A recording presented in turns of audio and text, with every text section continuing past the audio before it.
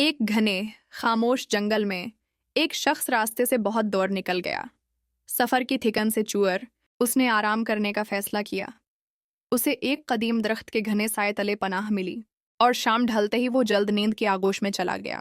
درخت کی شاخوں پر ایک فاختہ اور اس کا ساتھی اپنے گھونسلے میں بیٹھے تھے۔ نر فاختہ نے ہوا کے ہلکے جھونکوں سے اپنے پروں کو سنوارتے ہوئے اپنی ساتھی سے کہا، ایک مہمان آیا ہے۔ اس نے نیچے لیٹے ہوئے آدمی کو دیکھتے ہوئے کہا، یہ ہمارے گھر میں کیا کرنے آیا ہے؟ مادہ فاختہ نے نیچے دیکھا اور نرم لہجے میں کہا، یہ اجنبی ہے لیکن اسے پناہ کی ضرورت ہے۔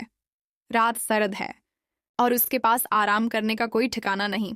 کیا ہمیں اس کی مدد نہیں کرنی چاہیے؟ نر فاختہ نے لمحے بھر کو سوچا۔ چلو اپنا گھونسلہ نیچے لے آتے ہیں، وہ اس سے آگ جلائے گا اور رات کو گرم رہ سکے گا۔ بغیر کسی ہچکچاہٹ کے دونوں نے اپنا گھونسلہ احتیاط سے توڑنا شروع کر دیا۔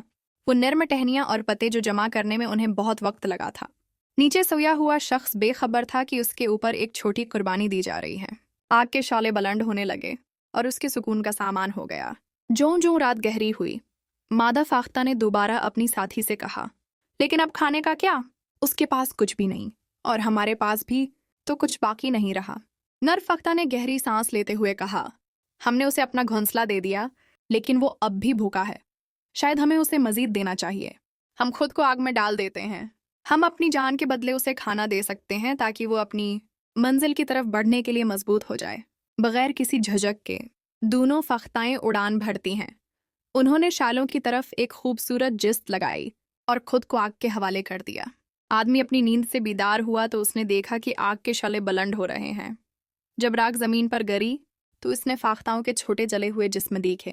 وہ سمجھ گیا کہ کیا ہوا تھا۔ کوئی الفاظ کہے بغیر اس کے دل میں شکر گزاری کی گہری لہر دوڑ گئی۔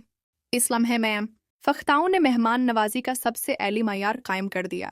ایسا معیار جو صرف آسانی یا سہولت سے نہیں بلکہ سب کچھ قربان کر دینے کی صلاحیت سے ناپا جاتا ہے۔ اس دن کے بعد جنگل میں ہمیشہ ان فاختاؤں کی قربانی کے قصے گونجتے رہے اور مسافر اکثر اس درخت کے نیچے رکھتے اور اس سبق کو یاد کرتے